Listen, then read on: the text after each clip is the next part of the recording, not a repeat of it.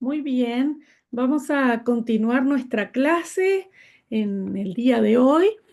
Em, Estamos en el periodo intertestamentario, segunda parte. Voy a hacer un poquito de repaso de lo que hablamos la clase pasada para que les quede un poquito más claro.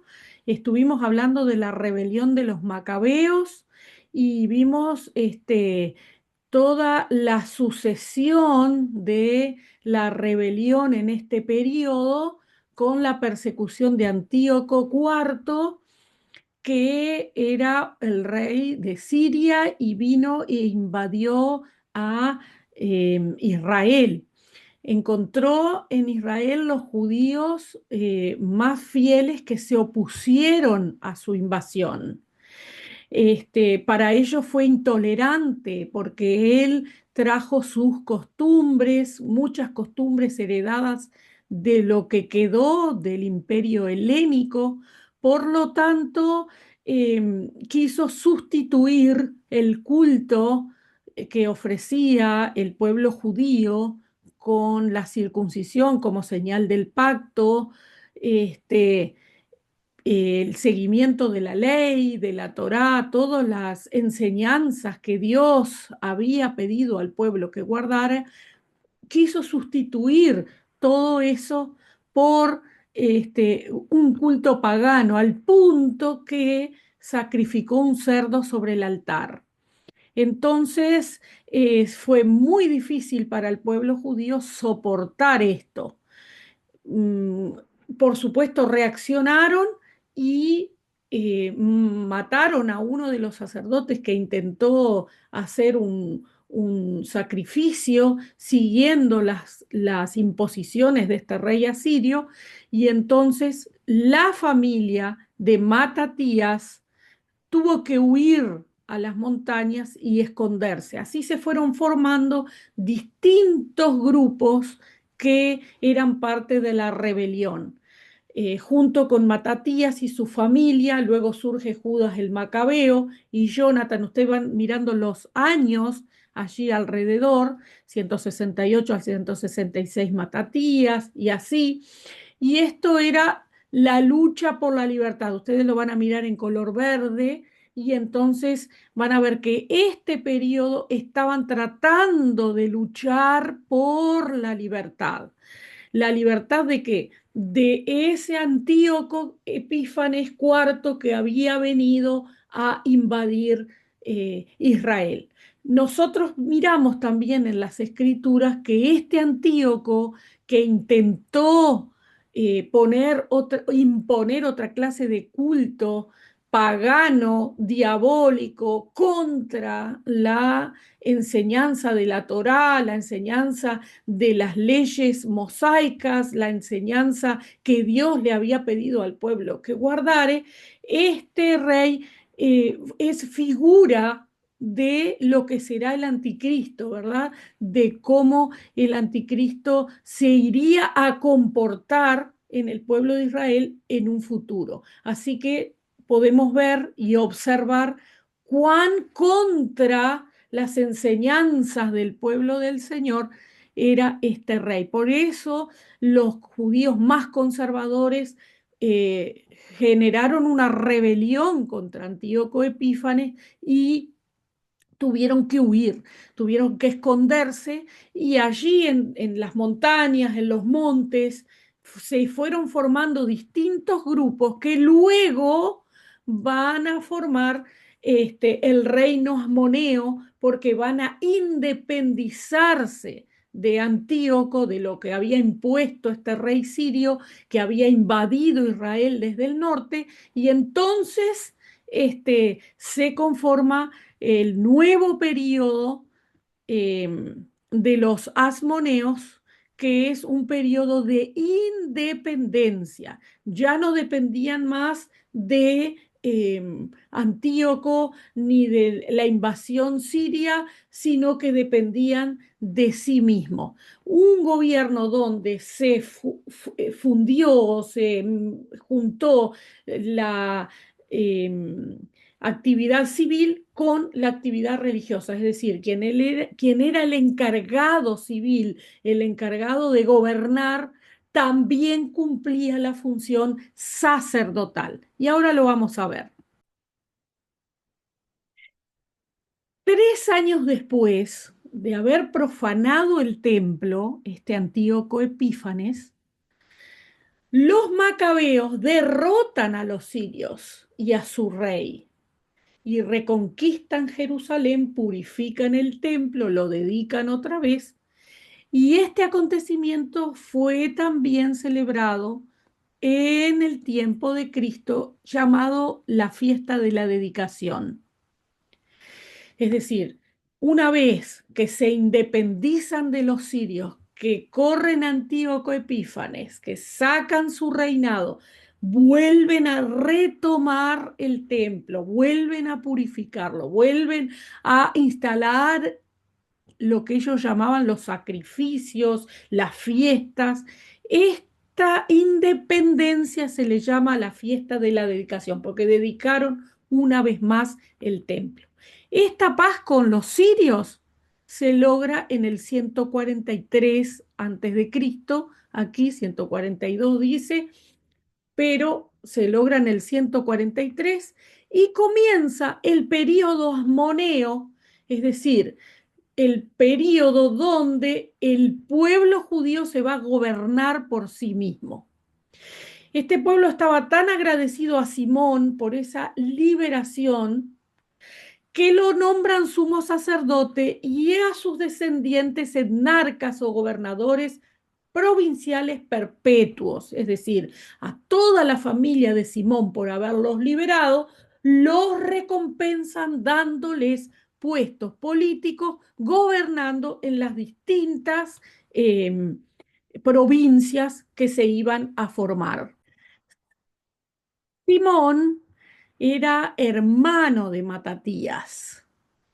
Eh, Nosotros podemos ver que toda esa familia que le da nombre, los macabeos, los asmoneos, era el mismo nombre, son los que comienzan el periodo asmoneo. Primero fue el periodo de lucha, las batallas, la unión de los distintos grupos israelitas peleando contra los sirios. Una vez que se logra la paz con Siria, comienza el gobierno de los propios israelitas. Y Simón, hermano de Judas, fue el primer dirigente civil de los judíos, pero también fue sumo sacerdote, como acabamos de decir, juntaban en la misma persona las dos funciones. Entonces comienza este nuevo periodo donde se juntan estas dos responsabilidades, la civil y la religiosa.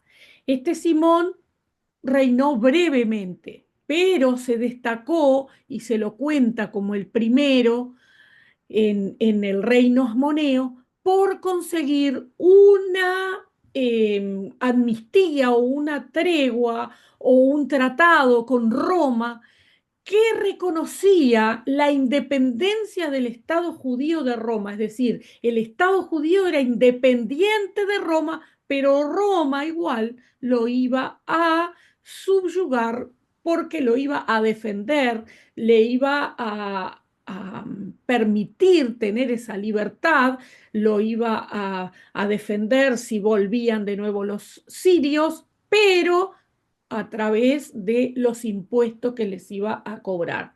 Nosotros podemos observar lo mismo hoy en día con Estados Unidos. Estados Unidos guarda, defiende determinadas naciones, pero a cambio les cobra determinadas cosas o se le permite poblar y hacer viviendas, invertir, dicen ellos, en esa ciudad, pero en realidad lo que están haciendo es cambiando un favor por otro. Les ofrecen seguridad, pero a su vez les cobran una indemnización a través de los negocios, a través de quitarle los metales, a través de realizar viviendas, reconstruir las ciudades, etcétera. Pero siempre el gobierno humano trabaja de la misma manera, ¿verdad? Las perspectivas dentro de ese nuevo Estado judío ocasionaban permanentes divisiones y muy fuertes, las que hicieron este periodo un tiempo muy convulsionado de luchas y peleas por el poder. Es decir, los judíos se independizaron, pero continuaban las peleas internas entre aquellos grupos que se habían formado y se habían unido para defenderse de los asirios, ahora continuaban por la lucha por el poder. Entonces viene Roma, les ofrece paz, les ofrece seguridad, pero a cambio les cobra grandes impuestos. Tales fueron esas luchas internas que Simón termina muerto. Simón y dos de sus hijos son asesinados. Entonces toma el poder otro de sus hijos llamado Juan Hircano. Este Juan Hircano, nosotros podemos ir siguiendo la línea que marcamos. Simón es asesinado con dos de sus hijos, pero toma el poder otro de sus hijos, llamado Juan Hircano. Juan Hircano era un buen líder militar. Recuperó no solamente lo que los sirios habían tomado del territorio de Israel, sino que recupera también Samaria e Idumea. Era un muy buen líder militar. Pero ¿qué pasa? Los fariseos, el emergente partido de los fariseos, no ve con buenos ojos la alianza que él tiene con Roma. Roma le ayuda a recuperar esos territorios y él hace una alianza más fuerte con Roma. Pero los fariseos no vieron con buenos ojos esta alianza de Juan Hircano con Roma y creían que estaba vendiendo sus convicciones religiosas por el poder político. Esas diferencias que había entre Juan Hircano y este partido, que eran los fariseos, hasta que hay una ruptura entre los fariseos, que nosotros no podemos olvidar que ya vimos que se transformaron en los fariseos, y el grupo de los macabeos, y desde entonces los fariseos se separan de los macabeos. Se suman varios incidentes, como poner sacerdotes que no eran de la línea de Aarón, es decir, Juan Hircano comienza a cometer determinadas cosas que no van con la ley y por eso los fariseos, que eran guardadores celosos de la ley, se separan de los macabeos y entonces las luchas políticas comienzan a ser cada vez más fuertes. Todas estas controversias políticas que se originaron, no podemos olvidarnos que acabamos de salir del Imperio Helénico y toda la región, todo lo que había conquistado el Imperio Helénico, el Imperio de Alejandro Magno, el Imperio griego, impuso la lengua griega, impuso la lengua y todas las personas estaban, podríamos decir, obligados a comunicarse en sus negocios, en sus estudios, en todas las áreas, en el idioma griego. Esta es un detalle muy importante que nosotros no nos podemos olvidar. Juan Hircano, estábamos en Juan Hircano, que sucede a Simón. Simón es muerto con sus dos hijos. Juan Hircano toma el poder y entonces comienza a hacer esta alianza con Roma para que él pueda conquistar más territorios.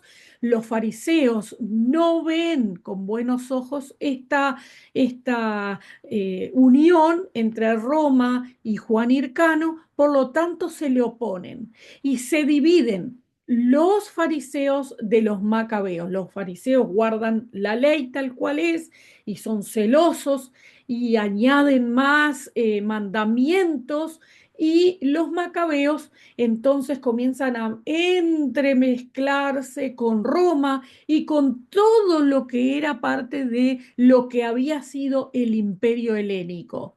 Es decir, muchas costumbres también religiosas empiezan a entremezclarse al punto que ponen sacerdotes que ya no son de la línea de Aarón, sino que cualquier persona sirve para ofrecer sacrificio. Entonces, esa fuerte oposición entre los fariseos y todos los que querían guardar las costumbres helénicas da origen a una tremenda guerra civil en el año 63 a.C., cuando el ejército de Roma interviene finalmente y se impone sobre la tierra de Israel.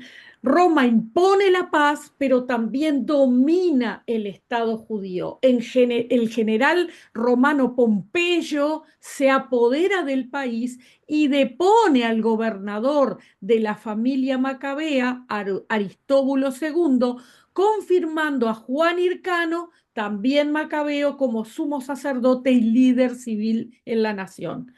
Al imponerse Juan Hircano, hasta el año 40, dice, a que Herodes el Idumeo consiguió que el Senado romano lo nombrara rey de Judea. Hasta este momento, las luchas internas contra Juan Hircano fueron generando muchos partidos dentro de Israel, muchos partidos políticos, muchas posiciones se iban agrupando. Nosotros vamos a ver ahora más adelante los celotes, por ejemplo, en contra de que no se hicieran las cosas como Dios pedía en la ley de Moisés. Entonces, los fariseos terminó siendo uno de los partidos que defendía acérrimamente la ley judía y todo lo que Dios había impuesto en su palabra.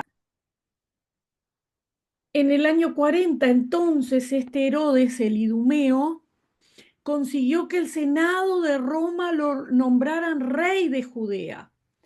Este monarca, que fue un vasallo de Roma, fue de gran capacidad política y supo ganar y mantener el favor de aquel que gobernaba Roma. Es decir, estaba bien con Roma, pero también él era el rey de los judíos.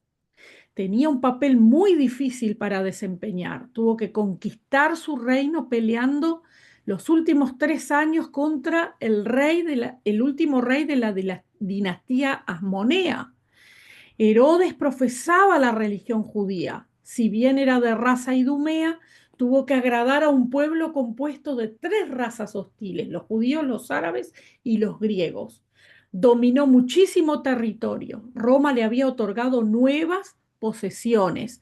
Nosotros vamos a mirar acá en el mapita que tenemos más adelante, que le entregó Samaria, Perea, Samaria, podemos mirar acá, Perea al costadito, y Idumea, de donde él era, le entregó para gobernar. Este hombre fue muy, muy, muy importante. También fue llamado Herodes el Grande, pero no fue el mismo Herodes el Grande que reinaba mientras nació Jesús. Esta reinó hasta el año 4 antes de Cristo.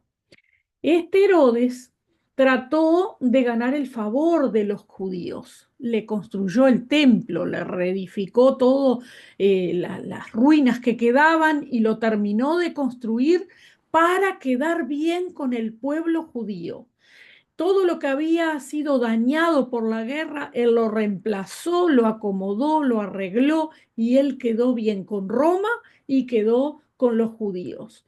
Pero los judíos no lo querían, porque no era judío, sino que era idumeo, y eran enemigos tradicionales. Nosotros no nos podemos olvidar que los judíos tampoco querían a los samaritanos, porque ellos se conservaban puros y querían que su raza fuera pura. Por lo tanto, ellos no lo querían a Herodes el Idumeo, ¿verdad? Fue un enemigo de su raza y ellos lo consideraban un usurpador, alguien que se había puesto del lado de los romanos. Pero también los judíos no querían a las regiones alrededor. Herodes emprendió un extenso programa de construcción transformó varias ciudades, edificó ciudades nuevas. No nos podemos olvidar que el Imperio Romano fue caracterizado por la cantidad de vías, de calles, de carreteras que hizo. Entonces él aprovechó esas carreteras que los romanos construían para poder gobernar mejor y llegar más rápido y conquistar más rápido. Él lo aprovechó para edificar distintas ciudades. Por eso recaudaba muchísimos impuestos para solventar las guerras que tenía para terminar el periodo asmoneo y también para edificar distintas ciudades. Esto hizo que aumentara el peso de los impuestos sobre la nación judía, sobre Palestina.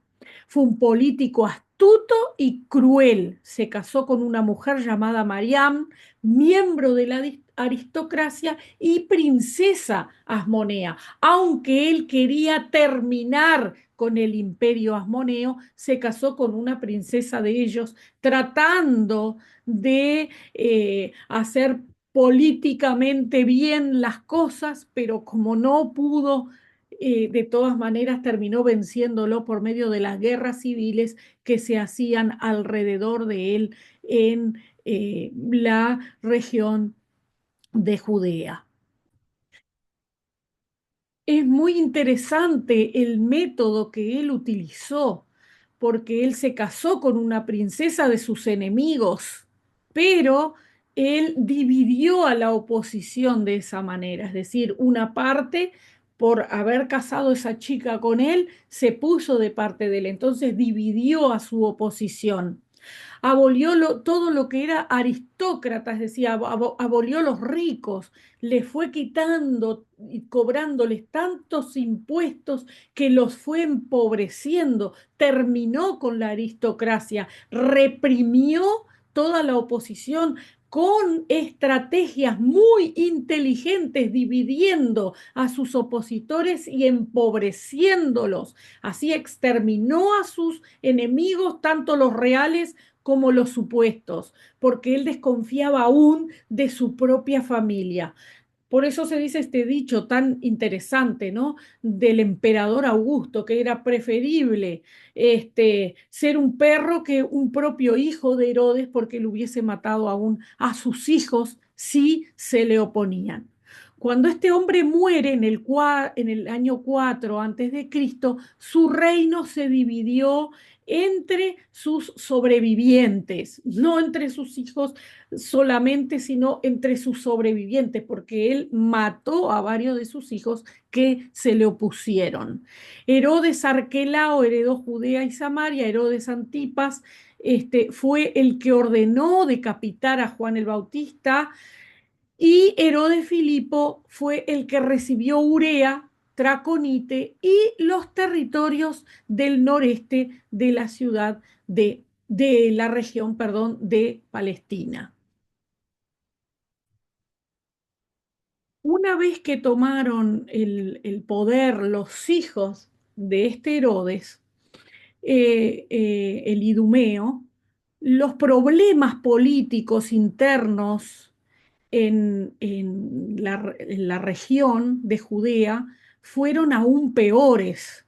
Fue tan grande el problema interno, las guerras, las oposiciones que se generaron, que los romanos a Arquelao lo expulsaron, lo desterraron, lo quitaron de ahí. Entonces, en su lugar, enviaron procuradores. El más conocido procurador fue Pilato. Podemos hablar también de Cirenio y de otros que fueron puestos en lugar de Arquelao, el sobreviviente de Herodes, pero fue tal la oposición que tuvo, fueron tales las guerras internas que Roma lo destierra y pone procuradores en su lugar. Se precipitó entre estas cosas la sublevación dirigida por Judas el Galileo. Esa revuelta fue dominada, pero los judíos más fanáticos se separaron de los fariseos y formaron un partido aún más revolucionario, más fanático, llamado los celotes. Este grupo eran los que mantenían un espíritu revolucionario, es decir, ellos querían era pelear, conquistar y cambiar las cosas a través de la lucha, de la revolución, del levantamiento en armas, ¿verdad? Del fanatismo de este grupo llamado los Celotes, llevó finalmente a Israel a la ruina, porque inspiró a los judíos a liberarse de los romanos, y es así que en el año 67 después de Cristo se arma la gran revolución, que los romanos vienen y prenden fuego la ciudad de Jerusalén. Este periodo, como lo miramos la clase anterior, antes de nacer Cristo, los judíos gozaban de cierta libertad política y religiosa, pero tenían que pagar unos impuestos tremendos al gobierno romano, porque los romanos tenían que mantener la paz y necesitaban tener a Roma allí subyugándolos de alguna manera. Por lo tanto, los impuestos eran cada vez más altos. Los soldados romanos estaban acantonados en las ciudades y los pueblos, y un recaudador de impuestos se sentaba a la puerta de cada población de importancia, cobrando los impuestos a los judíos, que prácticamente no les quedaba ni para comer. Todo se le iba en los impuestos que Roma les propinaba para poder mantener la paz y gobernarlos y subyugarlos antes de que viniera el Señor Jesús. Por lo tanto, el pueblo judío estaba deseoso y desesperado de que viniera el Mesías para salvarlo de toda aquella influencia romana y de todo aquel saqueo que los romanos les habían propinado a través de los impuestos. Este Mesías había sido prometido por los profetas que hoy componen el Antiguo Testamento. Entonces los judíos estaban deseosos de que llegara ese Mesías prometido a liberarlos políticamente de los romanos.